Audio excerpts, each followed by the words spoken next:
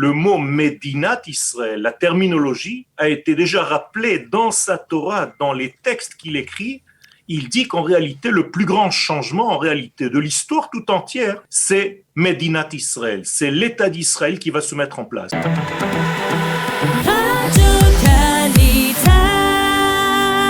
Le début du mois d'Elul marque chaque année la Haskarah du Rav Avraham Yitzhak Cohen Cook, le grand leader du monde sioniste religieux. Et pour en parler, nous sommes en ligne avec le Rav Yoel Ben Harosh. Yoel, bonjour, Boker Tov.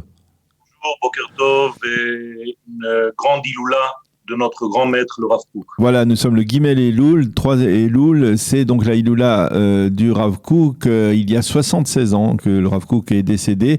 Alors je voudrais que l'on revienne, Yoel, sur cette personnalité et essayer de nous expliquer pourquoi, en quoi le Rav Kook était si exceptionnel dans sa démarche, dans son enseignement, dans le message qu'il a transmis. Vous savez, dans chaque génération, il y a ce qu'on appelle des passages importants entre les moments de l'histoire.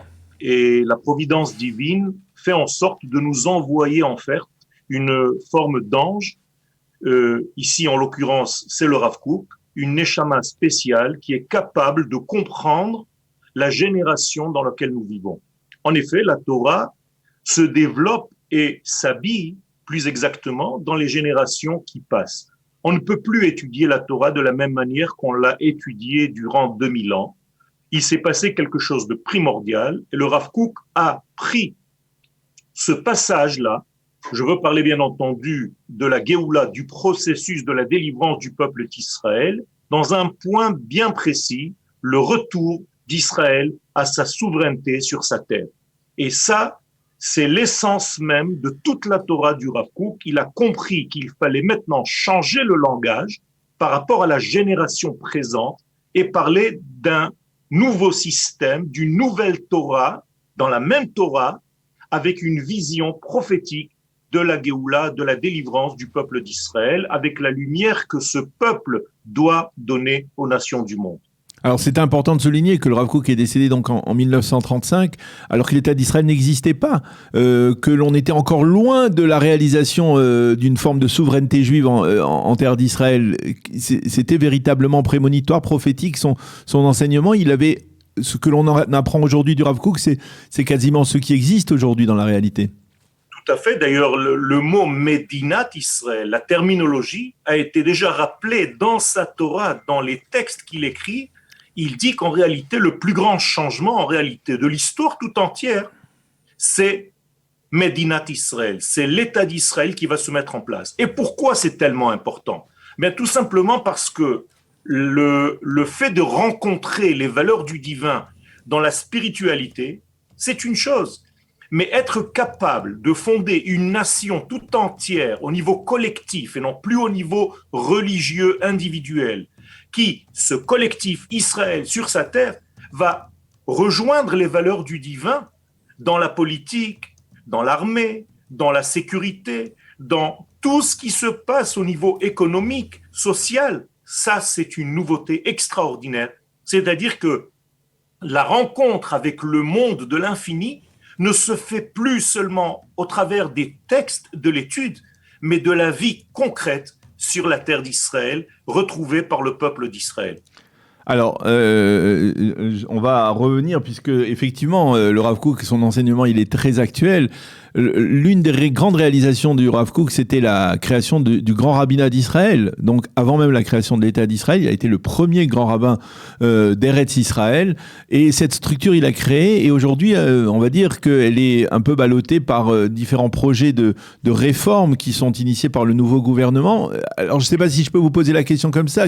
Est-ce que l'on peut envisager, comprendre ce qu'aurait dit le Rav Kook de la situation dans laquelle on se trouve actuellement face au statut de la Rabbanut Harashit qui n'est plus la même que celle de l'époque du Rav Kook. Et puis, est-ce que justement, par exemple, dans le dossier des conversions, dans le dossier de la cacheroute, est-ce qu'on a une manière de percevoir ce qu'aurait dit le Rav Kook? Parce que le Rav Kook lui-même était un homme, on va dire, extrêmement, on va dire, orthodoxe dans la pratique des mitzvot. C'était pas quelqu'un qui faisait le moindre compromis à ce niveau-là. Tout à fait. On ne peut pas être aveugle mais on doit garder en fait l'espoir d'un processus global. Ce processus global ressemble à l'évolution d'un enfant. Dans l'évolution d'un enfant, il y a aussi des moments de chute, des moments de retrait, en tout cas de ce qui est visible à un œil extérieur. Toujours est-il que le processus, lui, avance. Et donc le Rav Kook, tout en étant conscient des problèmes inhérents à tout ce système qui est en train de se mettre en place, a prévu déjà qu'il y aurait aussi des chutes, des moments difficiles. Et il a pris en compte tous ces degrés-là. Et pour autant, il continue de nous dire que c'est cela, la forme que l'infini, béni soit-il, a choisie pour présenter sa Géoula, pour présenter sa rédemption totale, pas pour Israël seulement. Car n'oubliez pas que selon le Rav Kook, et pas seulement le Rav Kook, selon les prophètes, en prenant par exemple Ézéchiel au chapitre 36, qui considère que le fait qu'un juif soit en dehors de sa terre, cela équivaut à la profanation du nom de Dieu. C'est incroyable.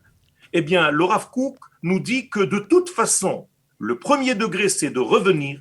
Il y aura des difficultés, mais au fur et à mesure, nous allons, en réalité, par la puissance de la terre, ça aussi c'est une nouveauté, c'est que la terre respire, elle pense, elle réfléchit et elle envoie une certaine qualité de vie à ceux qui se trouvent au-dessus d'elle, sur elle. Et donc, il y a un arrangement naturel qui se fait au fur et à mesure de notre développement sur la terre d'Israël. Alors, bien entendu, on voit les problèmes, on sait les problèmes, mais on doit tout faire aussi pour arranger ces problèmes. Et c'est pourquoi il faut une éducation de toute la génération de ce que nous sommes venus faire sur cette terre. C'est pas seulement le retour géographique, j'allais dire. C'est tout simplement la sanctification du nom d'Hachem. Puisqu'il a été profané ce nom à l'extérieur de notre terre, eh bien, nous devons le sanctifier ici. Alors, ça passe par des difficultés, mais nous devons corriger tout cela, éduquer toute la génération pour savoir quel est le rôle de la nation lorsqu'elle revient sur sa terre. Alors, il nous reste une minute pour une question, à mon avis, qui pourrait prendre toute une conférence. C'est quelle est la part aujourd'hui pour chaque Israélien de sa responsabilité au niveau collectif et de sa responsabilité au niveau individuel? On en a parlé il y a quelques instants avec le professeur Zorkin au niveau du Covid. Il y a l'aspect individuel, il y a l'aspect collectif.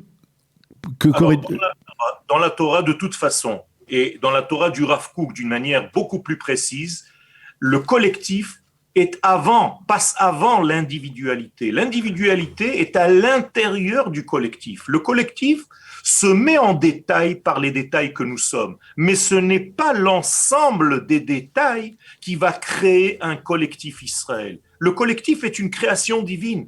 Et donc ce collectif-là, avec tout ce qui est à l'intérieur de lui, va se diffuser dans les détails que nous sommes, dans les individus que nous sommes. C'est pourquoi il faut comprendre et étudier en fait d'une manière collective.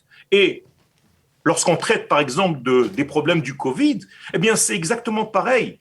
Ce problème-là doit être traité au niveau de la nation d'Israël. Et ça aussi, ça rentre dans le cadre de la Torah. Comment on gère la nation avant de gérer ces individus. Vous savez, il y avait un grand penseur français, Jean-Jacques Rousseau, qui disait qu'il ne comprendrait le peuple juif que lorsque ce peuple aura une terre. Et lorsqu'il arrivera sur cette terre, eh bien, on aura à écouter ce qu'il aura à dire. Aujourd'hui, nous devons sortir, et c'est ce que nous faisons d'une manière peut-être inconsciente, vers les nations du monde, en faisant des actions, pas seulement en parlant. Eh bien, pour savoir comment se conduire dans des difficultés, dans des moments où nous avançons de toute façon vers le dévoilement de cette grande lumière. Eh bien, merci beaucoup, Rav Yoel Ben Haroche, de nous avoir permis de parler du Rav Kook en ce 3 Elul, 76 ans après la disparition de ce grand maître, la grande figure du sionisme religieux. Merci beaucoup d'avoir été avec nous. Bonne journée et Be'atzlacha, à bientôt. Amen. Toda rabba.